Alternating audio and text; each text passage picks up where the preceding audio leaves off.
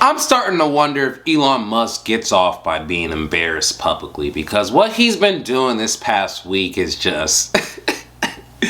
First, this man goes to a Dave Chappelle comedy show, gets booed off the stage, tries to go on Twitter and be like, it was actually 90% cheers and 10% boos, and it was his first time being booed, but it was just an unhinged leftist. Got laughed off with that to the point he needed to delete that tweet. So he already took that L and we moved on in process. But then, as we all know, he purchased Twitter. He started doing things with his Twitter that goes against what the reason he bought Twitter for was, to uphold freedom of speech, but apparently freedom of speech applies to Elon Musk and not everyone else. I say that because he suspended the Elon Musk jet tracker account, which gave public information on where Elon Musk was traveling to. It's public information, so it's not really doxing, it's not breaking any rules, but according to Elon Musk, that is doxing of the highest degree. He has to be in fear for his life, he might be assassinated. We all know what that really is. This is a grown-ass narcissist that wants to make rules for him, but not for everyone else. He wants to be on this pedestal of being loved, never being criticized, never being critiqued, never being known of where he's gonna go. But in reality, you're one of the most richest people in the world. It is public information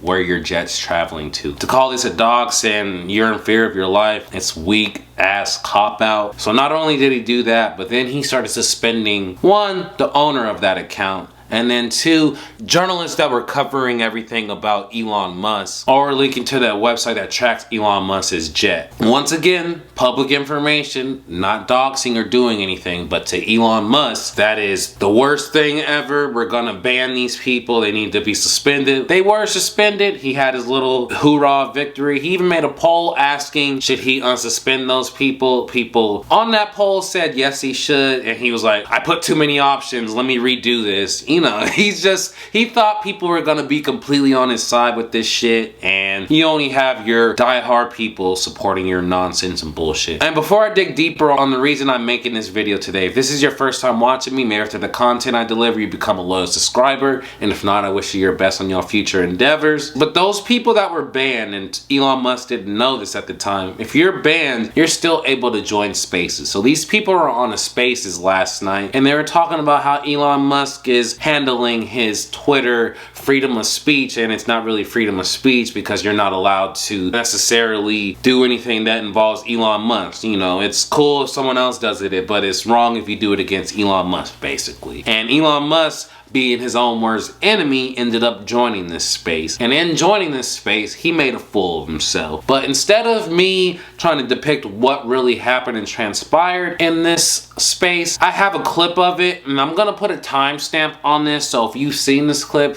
you'll be able to quickly skip it. But here we go. It's around 3 minutes and 30 seconds. In the last few hours with a handful of journalists being banned. Well, as I'm sure everyone who's been doxxed would agree, showing real-time information about somebody's location is inappropriate, and I think everyone on this call would not like that to be done to them.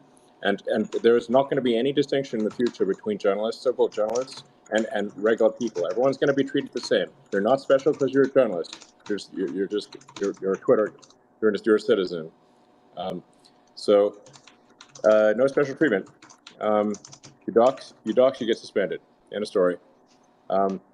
So and ban evasion, or trying to be clever about it, like, oh, I posted a link to the real-time information, is obviously simply trying to evade the meaning. There's no different than actually showing real-time information. So when you're saying posting a link to it, I mean, some of the people like Drew and Ryan Mack from the New York Times who were banned were they were reporting on it in the course of sort of pretty normal journalistic endeavors. You consider that like a tricky attempt at ban evasion?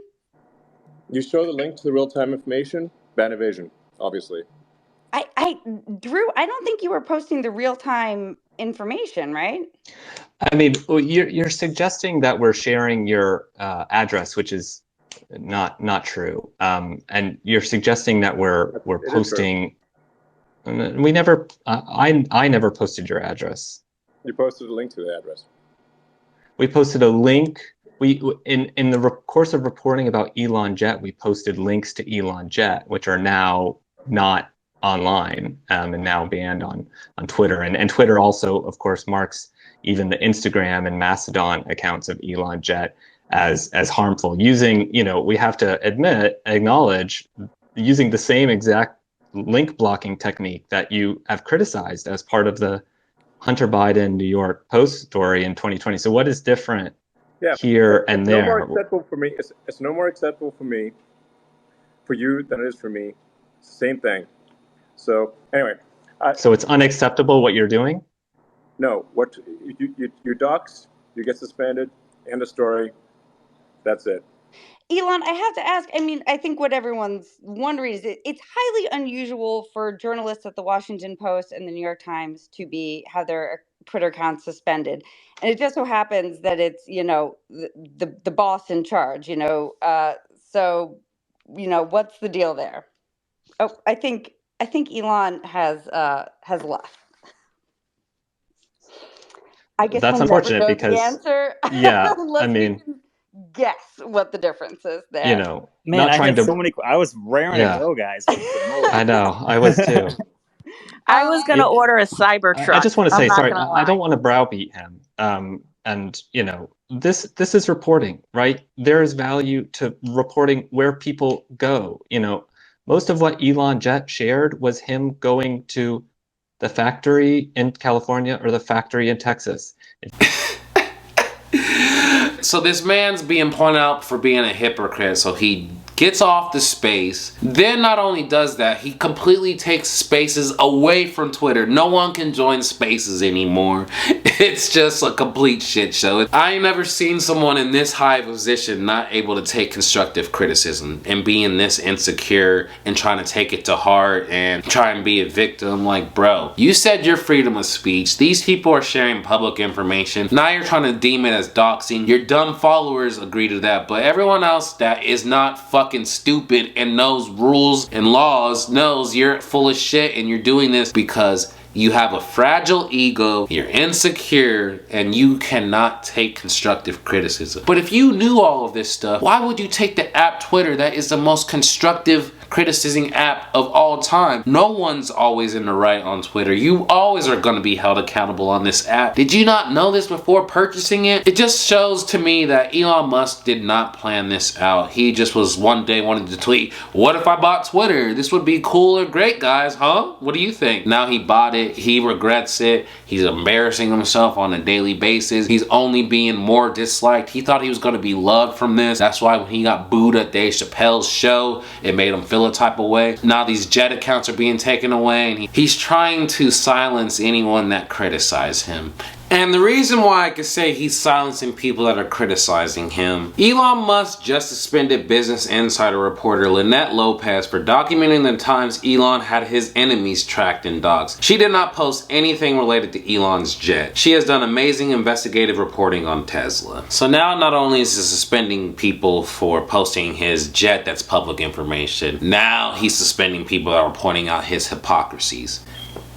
And to me, is that really freedom of speech? I don't think so. But y'all let me know. After all of this information presented, do you think I'm being a little bit too critical of Elon Musk? Do you agree with me in how he's handled Twitter as a shit show and a joke? The fact that he took spaces away because he took an L on them? Do you trust the long-term viability of Twitter? Because I don't. I see this as a dying platform, but it's cool to see the shit show as it goes. But yeah, man, Elon Musk, for someone that's a billionaire, I just expected them to be able to compose themselves in a better manner. But as you know, if Chris Case, I'm going to give you guys hip-hop or pop culture content whenever it's there. That's why I make sure to subscribe, turn on the notification bell for all my videos so you can like and participate in the comment section. This Chris Cadence, I'm out this motherfucker.